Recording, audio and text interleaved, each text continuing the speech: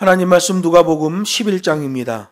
누가복음 11장 29절로 32절에 있는 말씀 제가 봉독하겠습니다. 무리가 모였을 때에 예수께서 말씀하시되 이 세대는 악한 세대라. 표적을 구하되 요나의 표적밖에는 보일 표적이 없나니 요나가 니느웨 사람들에게 표적이 됨과 같이 인자도 이 세대에 그러하리라. 심판때에 남방 여왕이 일어나 이 세대 사람을 정죄하리니 이는 그가 솔로몬의 지혜로운 말을 들으려고 땅 끝에서 왔음이언니와 솔로몬보다 더 큰 이가 여기 있으며 심판때에 니느웨 사람들이 일어나 이 세대 사람을 정죄하리니 이는 그들이 요나의 전도를 듣고 회개하였음이언니와 요나보다 더 큰 이가 여기 있느니라. 아멘. 본문 말씀을 가지고 하나님의 말씀을 듣고 지키는 자에게 임하는 복이라는 제목으로 네 번째 시간 하나님 말씀을 증거하겠습니다.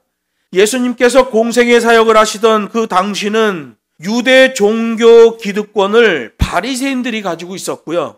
그 바리새인들의 가르침이었던 장로의 유전이 대세가 됐던 시절이었어요. 하나님의 말씀 차원에서 보면 영적인 오염이 아주 심각한 때였죠.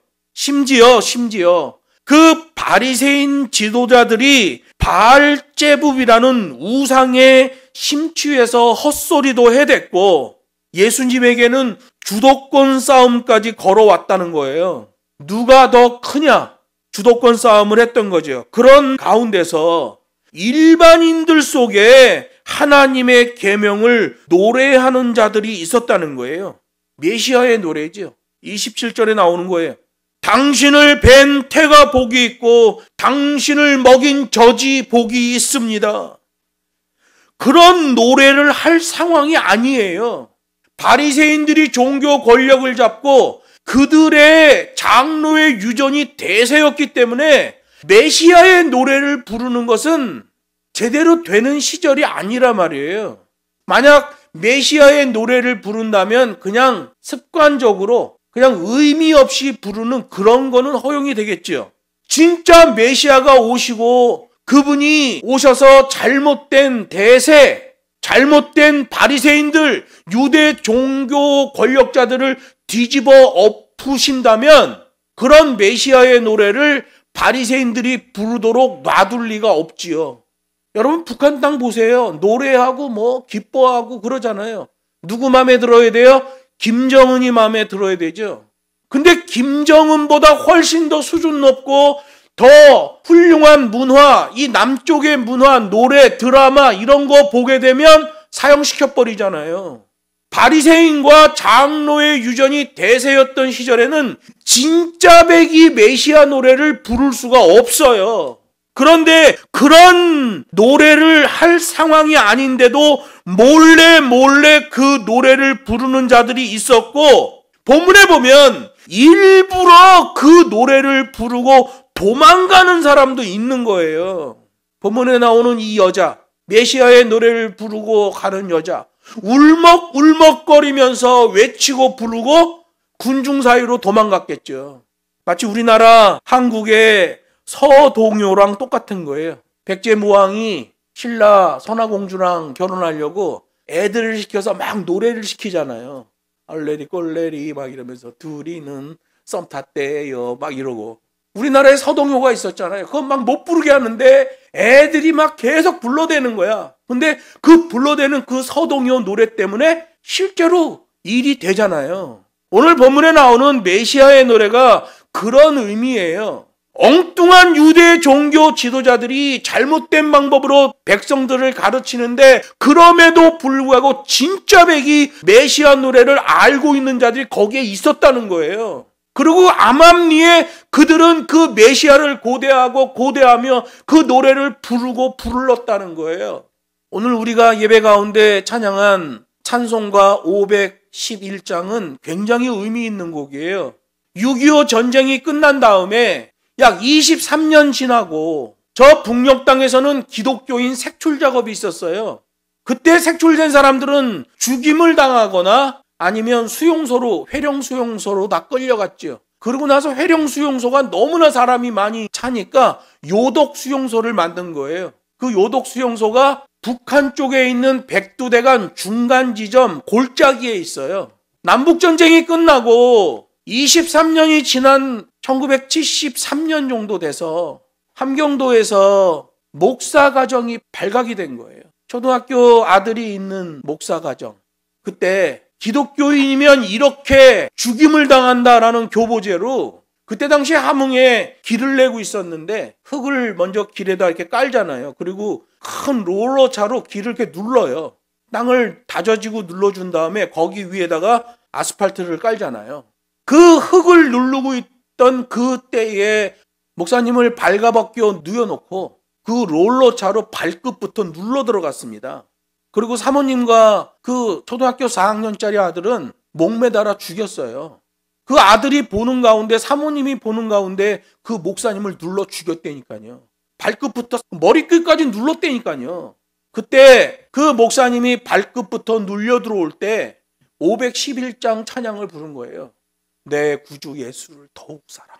여러분, 찬양은 그런 게 찬양이에요. 껄떡거리고 돌아다니며 돈벌이 하는 애들의 찬양이 아니라 말이에요. 아버지의 죽음을 본 그 초등학생 아들이 목에 동아줄이 걸릴 때 엄마한테 얘기했어요. 엄마, 나 무서워. 그때 그 사모님이 아들한테 얘기해요. 잠깐 오면 우리는 천국에 이를 것이다.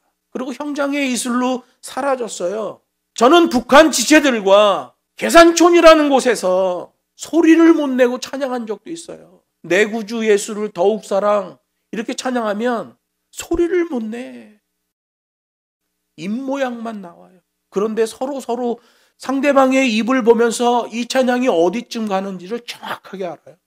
제가 얼마 전에 그 가샨툰에서 했던 예배에 북한 사람들을 양육했던 거, 이걸 얘기했더니 탈북해서 목사가 된 어느 사람이 나를 알아보더라고요. 내가 거기에 있었습니다. 여러분, 복음은 그런 거예요.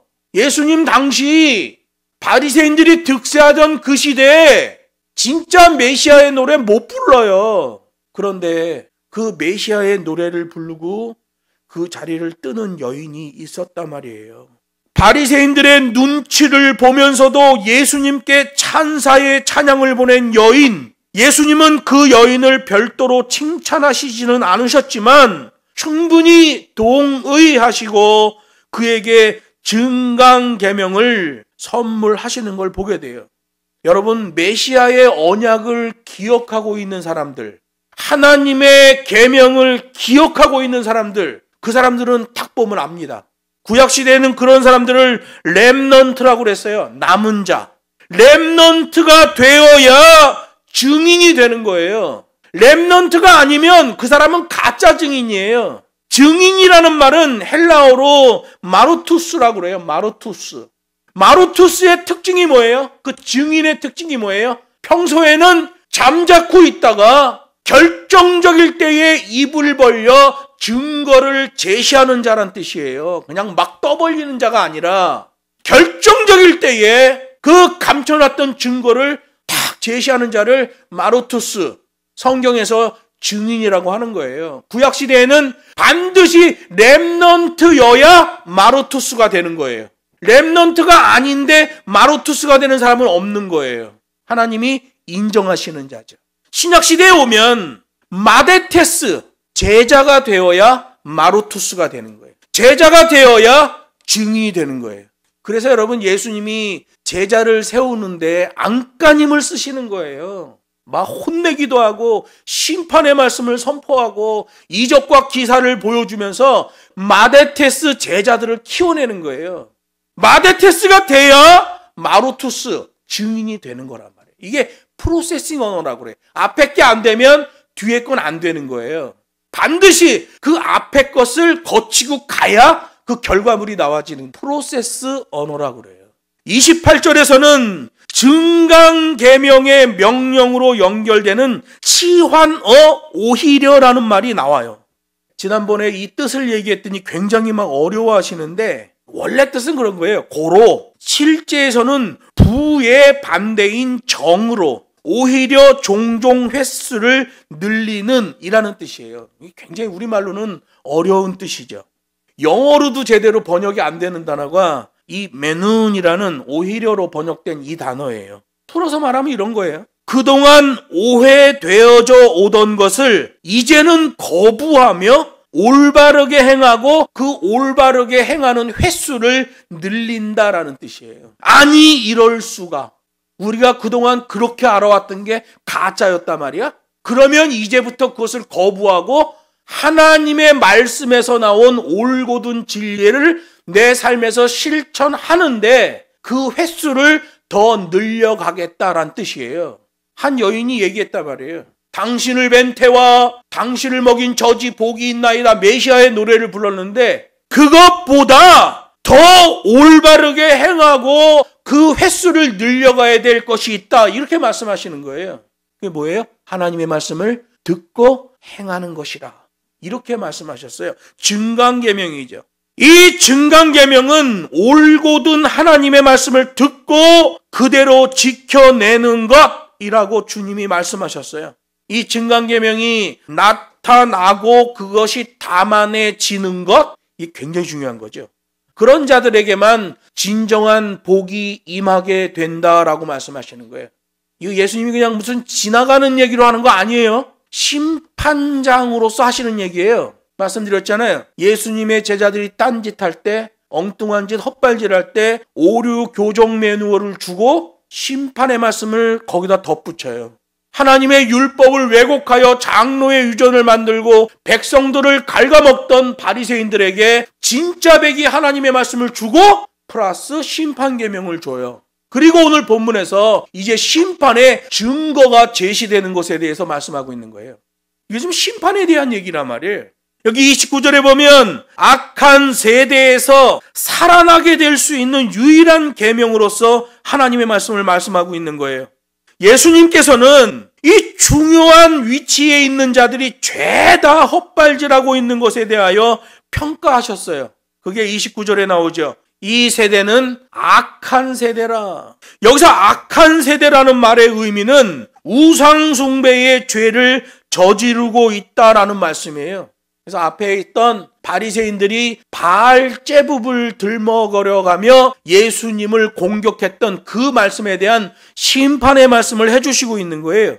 그래서 오늘 본문과 나란한 마태복음 12장 39절을 보면 악하고 음란한 세대라고 기록하고 있어요. 이 부분에 대해서는 주님이 무엇을 염두하고 이 말씀을 하셨는지를 알게 되는 거예요.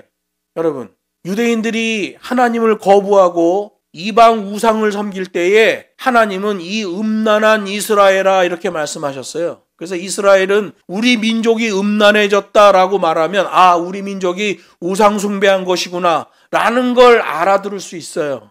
마태복음은 그래서 악하고 음란한 세대여 라고 기록해놨어요. 누가복음은 로마에 있는 기독교인들, 이방인들에게 전파되는 복음이기 때문에 이 음란하다는 말을 적으면 그 사람들은 전혀 다른 방법으로 이해를 하게 됩니다. 그래서 누가는 악한 세대라 라는 말, 유대인들만 알아들을 수 있는 그 단어는 누락시키는 걸 보게 돼요. 그래도 충분히 이해를 할 수가 있죠. 여기서 악한 세대라는 말은 우상 숭배를 저지르고 있다는 거예요. 그리고 예수님이 이 말씀을 하시는 의도를 그 안에 다 담고 있는 거예요. 여러분, 구약시대 때에 이스라엘이 최악의 배도를 하고 있을 때가 북이스라엘 선지자 호세아가 사역하던 시대였어요. 그래서 우리가 호세아서 보면 음란한 고멜과 같은 이스라엘 백성들에 대한 얘기가 나옵니다. 하나님이 호세아 선지자에게 얘기해요. 너는 저 고멜이라는 여자를 데려와라. 하나님, 저 여자는 창년돼요. 데려와라. 데려와요. 이 고멜이라는 여자가 애셋 낳잖아요. 그리고 도망가요. 도망가서 또 다른 남자들한테 몸 주고 이래요. 그 보리로 그 여자 값을 치고 또 여자를 또 데려와요. 호세아 선지자 참 대단합니다. 이스라엘이 그 고멜과 같다는 거예요. 아주 음란하다는 거예요. 우상숭배에 빠졌다는 거예요. 당시 북이스라엘은 사마리아와 베델에 황소신을 만들어 놓고 우상숭배를 했어요. 여러분도 아시다시피 이스라엘이 북이스라엘과 남유다로 나눠진 다음에 북이스라엘에는 선한 왕이 단 한 명도 안 나옵니다. 처음부터 우상숭배예요. 호세아 선지자가 사역할 당시의 북이스라엘 왕은 여로보암 2세부터 북이스라엘의 마지막 왕인 호세아 왕 때까지예요. 공교롭게도 호세아 선지자와 호세아 왕, 그러니까 호세아 선지자는 북이스라엘 중간 정도의 사역을 시작해서 북이스라엘이 망할 때까지 사역을 했던 사역자예요. 망조가 들어 패망하던 북이스라엘, 그때 사역했던 게 호세아예요. 여기 음란이라는 단어가 나오기 때문에 예수님이 어떤 이야기를 배경에 두고 하시는 것이냐를 우리가 알기 위해서는 이 이야기를 짚고 넘어가야 돼요. 그래야 이게 무슨 말인지를 안단 말이에요. 동시대, 호세아 선지자가 북이스라엘에서 예언하던 그 동시대의 남유다 선지자는 아모스 선지자였어요. 아모스 선지자가 사역을 하고 있었고, 이제 아모스 선지자에서 이사야 선지자로 선지직 체인지가 일어나고 있던 시절이었어요. 아모스는 당시의 남유다 종교 지도자들과 정치 지도자들이 얼마나 썩어 문드러졌으면 그들의 패역함을 도저히 두고 볼 수 없어서 자신의 모든 관직과 직분을 내려놓고 산속에 들어가 버렸어요. 나는 가서 누에나 치겠다. 난 유대 종교 이거 안 되겠다. 나 이거 유대 관직 이거 다 필요 없다. 나 다 내던지고 그냥 산속에 들어가서 누에나 치면서 그리고 그냥 여호와 찬양하며 살겠다. 라고 산속으로 들어가 버린 선지자예요. 여러분, 그렇게 아모스 선지자가 사역적 측면에서의 모든 것을 포기하고 초야에 묻혀 살 때에, 그때에 남유다에 있던 히스기야 왕이 15년의 생명 연장을 받던 시절이에요. 세속주의 신학에서는 히스기야의 생명 연장을 굉장히 좋은 의미로만 평가하는데, 히스기야의 15년 생명 연장은 반대편에서도 평가해야 제대로 평가가 되는 거예요. 히스기야는 기본적으로 사람은 괜찮았어. 그런데 히스기야의 문제가 뭐예요? 자기 자랑, 자기 폼생 폼사가 너무 지나쳤어요. 생명이 연장된 것 때문에 그 생명 연장된 후에 아들을 하나 낳게 되는데 그 아들이 므낫세예요. 남유다의 최악의 왕이 나와버립니다. 그래서 이사야 선지자가 궁중에서 예언하고 선지자로서 사역할 때 므낫세에게 쓴소리를 해대는 거예요. 마할살랄 하스바스, 메시아의 노래를 부릅니다. 므낫세가 이사야를 못마땅해 하고 이사야에 대하여 진노해서 이사야를 거꾸로 매달아서 가랑지에다 톱을 대고 머리까지 쓸어서 죽여버립니다. 이사야가 두토막이 나버려요. 여러분, 히스기야 왕이 자기 자랑, 자기 폼생 폼사, 그것 때문에 인생에 오류가 발생하는데, 그래도 그의 심성이 괜찮고 사람이 좀 하나님께 기도하고 이러니까 하나님이 생명을 연장시켜 주셨는데 그 생명 연장 때문에 므낫세가 나와요. 뭐 역사에는 if가 없다고 그러지만 저는 개인적으로 히스기야가 그냥 확 죽어버렸으면 얼마나 좋았을까라는 생각이 들어요. 우리가 다 알듯이 이사야 선지자는 선지자 중에서도 최고의 선지자입니다. 그를 거꾸로 매달고 톱질하여 반으로 잘라 죽인 자가 므낫세예요. 히스기야가 생명 연장된 것 때문에 발생한 일이죠.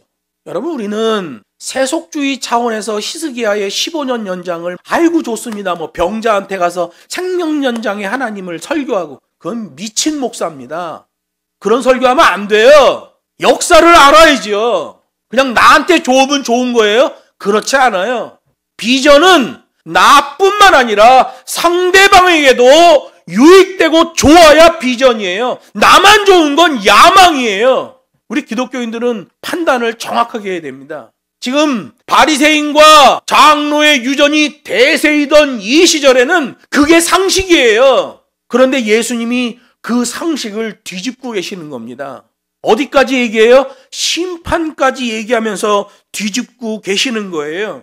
예수님은 바로 호세아 선지자, 남유다의 아모스 선지자, 이사야가 반으로 갈라져 죽게 되는 이 모든 배경의 일을 염두하시고 오늘 본문을 말씀하고 있단 말이에요. 이 시대는 악한 세대라. 호세아와 아모스가 사역하던 그 시절은 하나님이 보실 때에 북이스라엘과 남유다가 모두 악랄하기 짝이 없던 시절이었어요. 그 시절 북이스라엘과 남유다에 대하여 거리를 두며 사역했던 사역자가 요나 선지자예요.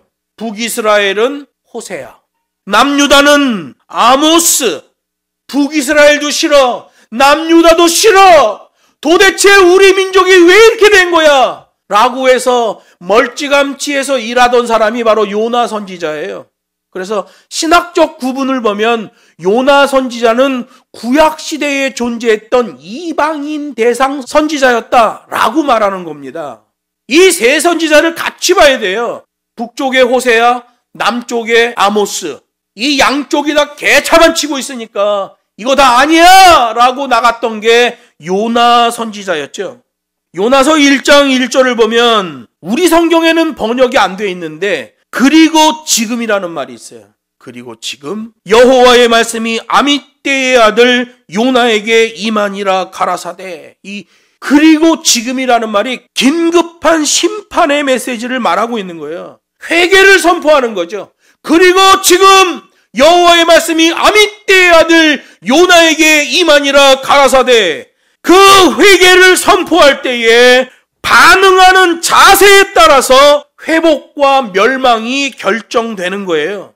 여러분, 성경은 구약시대부터 신약시대까지 모두가 하나의 흐름입니다. 믿음으로 구원, 행위로 심판. 이게 하나의 흐름이에요. 일관적입니다. 어느 한순간 영적인 무게중심을 잃더니 계속해서 헛발질만 해대는 예수님의 제자들. 어느 한 시절 영적인 무게중심이 흔들려 계속해서 헛발질만 해대던 유대 종교 지도자들. 그들의 그 습관, 그들의 흐름, 그들에게는 오류 교정 매뉴얼이 선포되었고 신속하게 회개하고 자세 잡을 것을 예수님이 명령하셨단 말이에요. 그래서 심판 매뉴얼이 곁들여지는 거죠.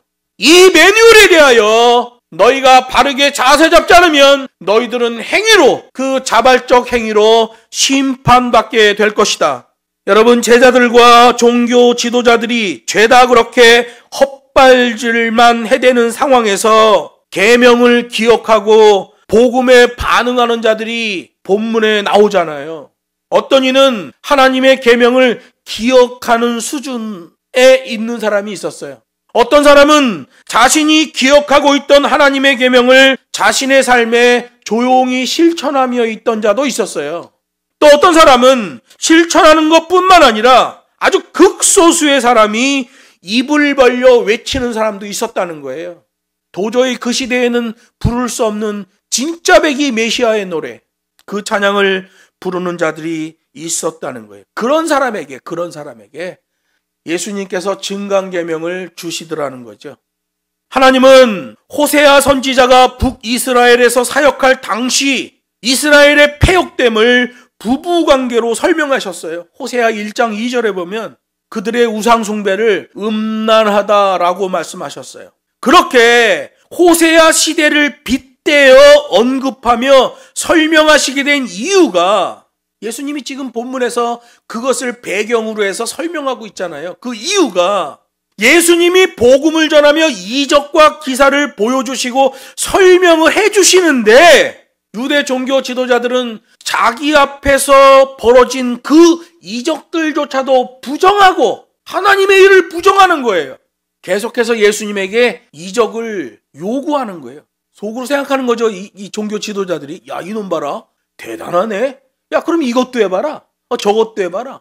계속 이런 식으로 빈정거리면서 나오는 거예요. 그때 증거물이 제시돼요. 하나님의 율법에 의하면 증인은 2명이 나오게 됩니다. 증거도 2개가 나오면 그 죄가 성립이 되는 거예요. 오늘 본문에서 증거가 2개가 나오잖아요. 누가복음 11장 30절에 요나가 니느웨 사람들에게 표적이 됨과 같이 인자도 이 시대에 그러하리라. 요나 왜 말씀하셔요? 호세아 선지자 시대, 남유다에는 아모스 선지자 시대, 그 동시대에 이놈도 저놈도 다 싫어 이방 쪽으로 향했던 요나 선지자, 그걸 지금 배경으로 설명하고 계시는 거예요. 요나가 이방 사람들인 니느웨 사람들에게 회개를 촉구하실 때 그들이 회개로 반응을 하고 살아났듯이 예수님께서 하나님의 심판 계명을 선포하실 때 여호와를 믿는 유대인들도 회개의 자세를 반드시 잡아야만 한다는 말씀이에요. 왜? 행위로 심판하시기 때문에 그렇습니다. 반드시 회개를 해야 하는데 만약에 그렇지 않는 자가 있다면 하나님의 엄중한 심판이 필연적으로 임할 수밖에 없다, 이렇게 말씀하시는 거예요. 그러면서 요나가 바다 물고기 뱃속에서 3일 동안 있었던 것이 예수님께서 십자가에 죽으시고 무덤에 3일간 누워있던 것과 중첩됩니다. 3일 만에 물고기 뱃속에서 밖으로 나와 구원을 받은 요나가 3일간의 죽음 끝에 부활하신 예수님과 중첩이 됩니다. 마태복음 12장 40절에는 이 동일한 사건의 기사가 있어요. 요나가 밤낮 사흘을 큰 물고기 뱃속에서 있었던 것 같이 인자도 밤낮 사흘을 땅속에 있으리라. 이거 가지고 기독론 설명하는 사람들이 있는데 이거 가지고 종말론 선교해야 됩니다. 고기 뱃속에 들어가 죽음을 방불하는 3일, 무덤에 들어간 예수님 3일, 3일 만에 고기 뱃속에서 나와서 살아난 요나, 3일 만에 무덤에서 부활하셔 살아나신 예수님. 기독론이죠. 그러나 오늘 본문은 기독론으로 설교하는 본문이 아니에요. 오늘 본문은 종말론으로 설교해야 되는 본문입니다. 지금 심판의 말씀을 하시는 거예요. 증거까지 드러내고 계시잖아요. 이거는 기독론이 아니에요. 종말론이에요. 예수님의 공생의 사역 기간 동안에는 그들의 패역함에 대한 심판이 유예되겠지만 그 이후에는 심판의 빌미가 되니 회개하라, 이런 말씀이에요. 순한 예고가 되면서도 동시에 심판 시행의 핵심 포인트를 짚어주고 있는 거지요. 여러분, 이런 말씀이 나오면 바로 자세 잡아야 됩니다. 여기서 자세를 못 잡으면 그냥 멸망이에요.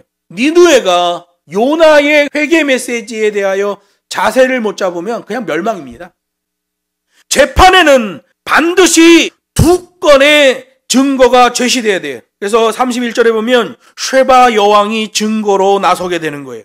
심판 때에 남방 여왕이 일어나 이 세대의 사람을 정죄하리니, 남방 여왕은 쉐바 여왕이에요. 이스라엘에서 사우디 쪽으로 쭉 내려가다 보면 사우디 맨 끝에 아덴만 있고 홍해가 이렇게 있잖아요. 그 바로 아덴만 앞에 있는 게 예멘이에요. 예멘에서 이스라엘 예루살렘까지의 최장거리는 2600km입니다. 최단거리는 2300km예요. 예수님이 북이스라엘 호세아 선지자 시대, 남유다 아모스 선지자 시대, 또 요나가 그 가운데 끼어 있는데 그 시대를 말하면서 솔로몬까지 들먹거리시는 거예요. 여러분, 예수님이 이 정도까지 간절하게 말씀하시는 것은 그들 앞에 심판이 와 있기 때문에 그래요. 열왕기상 10장에 보면 쉐바 여왕이 나옵니다. 요즘으로 얘기하면 예멘 여왕이죠. 쉐바 여왕은 솔로몬으로부터 지혜로운 판단을 들으려고 2000km나 되는 먼 거리를 걸어서 예루살렘에 왔다라는 말이에요. 요즘이야 2000km가 별거 아니지만 솔로몬 시대에는 마치 땅 끝에서 온 것과 같았어요. 그래서 오늘 본문 31절에 보면 솔로몬의 지혜로운 말을 들으려고 땅 끝에서 왔음이거니와, 이렇게 말해요. 2000km인데 땅 끝 개념으로 받아들일 수 있는 시절이었죠. 그렇게 쉐바 여왕이 솔로몬의 지혜를 들으려고 무려 2000km가 넘는 거리를 이동해 찾아왔는데, 그런 자세, 그런 열정이었는데 솔로몬의 지혜와는 비교조차 될 수 없는 하늘의 진리를 선포하는 예수님에게는 이 유대인들이 대들고 죽이려고 한다는 거예요. 이걸 완악함이라고 그러죠. 무엇이 바르고 무엇이 틀렸는지가 정확한데도 자기 생각, 자기 기준을 우겨대는 거예요. 인생이 예의를 못 지킬 만큼 짧지 않은데 가끔 이런 류의 패역을 저지르는 자들이 나오게 돼요. 그래서 행위로 심판하시는 게 필연적입니다. 시편 49편 20절은 이렇게 기록하고 있어요. 존귀에 처하나 깨닫지 못하는 사람은 멸망하는 짐승 같도다 그래요. 믿음으로 구원, 행위로 심판입니다. 존귀에 처하나 자세를 못 잡아요. 그들은 멸망하는 짐승이 되는 거예요. 믿음으로 구원, 행위로 심판. 회개의 복음이 그래서 시금석이 되는 거예요. 구원의 기준, 회개의 복음입니다. 심판의 기준, 회개의 복음입니다. 그래서 우리는 항상 자기 자신에게 물어야 돼요. 나는 오늘도 회개의 복음으로 살아가고 있는가? 본문에 헛발질하는 종교 지도자들이 그런 완악한 자세를 보였던 것, 예수님의 제자들도 그런 완악한 자세를 보였던 것, 그 이유가 바로 자기 기준, 자기 생각, 자기 지식에 묶여있기 때문에 그래요. 그래서 여러분, 사람한테 이 머리로 지식이 한번 잘못 들어가면 그거 빼내기가 보통 힘든 게 아닙니다. 이 시대에도 잘못된 신학이 얼마나 많은지 모르겠어요. 엉망진창입니다. 하나님의 말씀으로부터 나온 신학이 아니에요. 절대로 안 바뀌는 인간의 본성이라 할지라도 구원의 매뉴얼로만 할 때 죄인들에게서도 효험이 나타나는 거예요. 내가 믿었다고 내가 변화되는 게 아니에요. 내가 믿은 다음에는 하나님의 계명을 내 삶에 접목하고 사는 거예요. 나는 이런 완악한 짓을 할 수밖에 없는 사람인데, 그리고 그 완악한 내 심성, 심령, 마인드가 안 바뀌는, 절대로 안 바뀌는데, 그런 마인드임에도 불구하고 행위 자체를 하나님의 계명으로 통제해버리면 그 죄인에게서는 하나님의 믿음의 효험이 나타나는 거예요. 그래서 복음서에 보면 그런 자세가 나오는 자들에게 예수님이 말씀하셔요. 네 믿음이 너를 구원하였다. 이렇게 말씀하시는 거예요. 그런데 그런 게 관리가 안 되면 하나의 악령이 나갔다가 7 악령을 데리고 들어오는 거죠. 자기 관리가 안 된다는 거예요. 그래서 여러분, 성령 충만은 눈 뒤집어 가지고 입에서 거품 부는 게 아니라 자기 관리가 되어지고 있느냐, 하나님의 말씀으로. 그걸 보면 그가 천국 백성인지 아닌지를 알 수 있어요.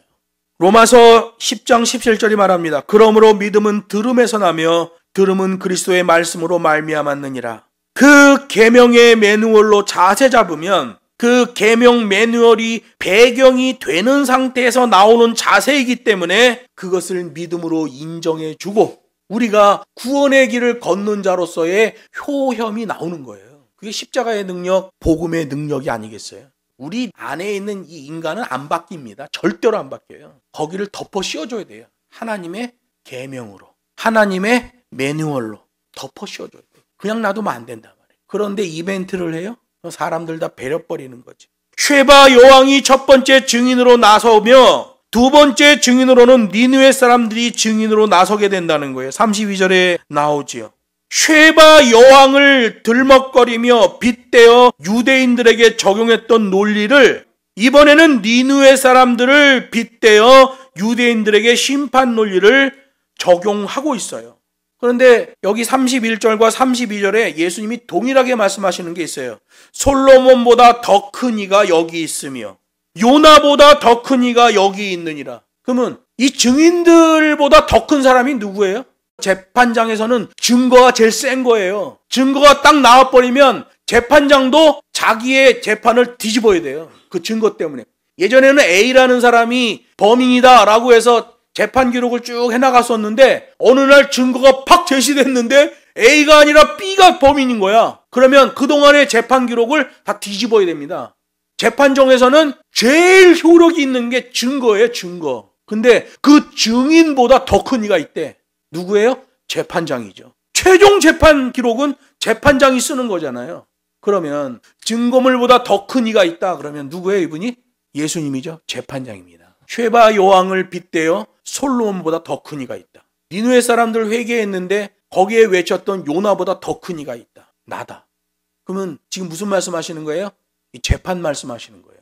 요나가 3일 동안 예수님이 십자가에서 어쩌고 기독론으로 설교하는 본문이 아니에요. 이게 뭐로 설교해야 돼요? 종말론으로 설교해야 됩니다. 심판이 선포되고 있는 거예요. 재판장의 입에서 나오는 말이에요. 이방 중에서도 사악함의 대명사였던 아수르가 남유다를 멸망시키잖아요. 그 아수르의 수도였던 니느웨, 그 니느웨는 최악의 인간들이 사는 땅이었는데 그들은 심판과 회개를 선포하는 요나의 말을 듣고 회개했다는 거예요. 그래서 그때 내려져야 될 심판이 유예가 된 거예요. 심판이 없어진 게 아니에요. 나중에 페르시아가 일어날 때 이 아수르가 박살납니다. 당시에 심판이 유예된 거죠. 그리고 심판받는 자들에게는 그게 증거가 된다는 거예요. 여러분, 공의는 죄가 있냐 없냐를 따집니다. 아가페는 회개를 했냐 안 했냐를 따져요. 그리고 잠시 심판을 유예합니다. 그러나 그 심판은 반드시 있게 되지요. 여러분, 이게 바로 일관된 성경의 논리예요. 믿음으로 구원, 행위로 심판. 구약시대에는 주로 유대인들에게 그게 적용이 됐어요. 오늘 본문에 나오는 니느웨처럼 이방인들에게 적용된 경우도 있습니다. 신약시대에 오면 이방인들에게도 고르게 적용되는 게 믿음으로 구원, 행위로 심판이에요. 회개하고 방향성과 흐름을 보이는 믿음, 회개하고 엉뚱한 방향으로 가고 이런 건 안 돼요. 회개하고 방향성과 흐름이 동시에 나타나야 돼요. 그래서 오늘 본문에 말하는 겁니다. 사가랴의 가정, 마리아, 그리고 그 엄혹한 시절에도 계명을 준수하고 있던 사람들, 이걸 말하는 거예요. 말씀을 맺습니다. 어느 한순간 영적인 무게중심을 잃더니 계속해서 헛발질만 해댔던 예수님의 제자들, 어느 한 시절 영적인 무게중심이 흔들려 계속해서 헛발질만 해대던 유대의 종교 지도자들, 예수님의 제자들과 유대 종교 지도자들이 죄다 그렇게 헛발질을 해대는 상황에서 하나님의 계명을 기억하고 복음에 반응하는 자들이 나왔다는 거예요. 어떤 이는 기억하고, 어떤 이는 기억하는 수준뿐만 아니라 그것을 실천하고, 또 극소수의 사람은 자신의 입을 벌려 외치는 자들도 나왔다는 거예요. 고로 예수님이 말씀하시는 천국의 복, 진정한 복은 하나님의 말씀을 듣고 지키는 자예요. 근데 그 듣는 말씀이 제대로 된 말씀을 들어야 된다는 거죠. 바리새인들이 말하던 장로의 유전, 그 당시 대세였던 그 가르침, 그런 거 들었다가는 그냥 지옥입니다. 진짜 백이 하나님 말씀을 들어야 된다는 거죠. 성경이 얘기해요. 법과 식대로 지키는 자여야 한다, 이렇게 말해요. 필라 손테스, 군사용어라고 그랬죠. 군 위병이 위임받은 바를 그 규칙대로 제식대로 눈을 부릅뜨고 중단 없는 경계를 하다라는 의미예요. 하나님의 말씀을 지키는 것은 흐름이에요. 그 자세입니다. 그 믿음이죠. 이로써 예수님께서 우리들에게 있어서 중점을 두시는 기준이 밝히 드러났어요. 종말신앙 심판 기준이죠. 그것은 영적인 신실성이 나와야 돼요. 영적인 순결성이 나와야 돼요. 영적인 지속성이 나와야 돼요. 이런 자세가 나오는 자들이 끝까지 겸손, 끝까지 충성의 열매를 거두더라는 거예요. 그래서 예수님이 구약의 여러 사람을 언급하셨고 나중에 증인으로 사용될 자들까지도 언급하시는 거예요. 회개하고 인생의 방향을 전환하는 자들, 하나님의 계명을 사모하고 그 계명을 날마다 가까이 하는 자들, 법과 식대로 끝까지 겸손하고 끝까지 충성하는 자들, 그들에게 구원의 복이 배설된다고 말씀하고 있는 거예요. 누구나 믿을 수 있습니다. 그러나 아무나 구원받는 거 아니에요. 예수 믿고 교회 다닌다고 구원받는다? 그럴 수 있겠죠. 그러나 그 말씀이 다는 아닙니다. 믿음으로 구원, 행위로 심판. 오직 절대 기준 하나님의 말씀을 사모하고 가까이하고 끝까지 충성, 끝까지 겸손으로 담아내고 지켜내는 우리 모두가 되기를 주 예수의 이름으로 축복합니다.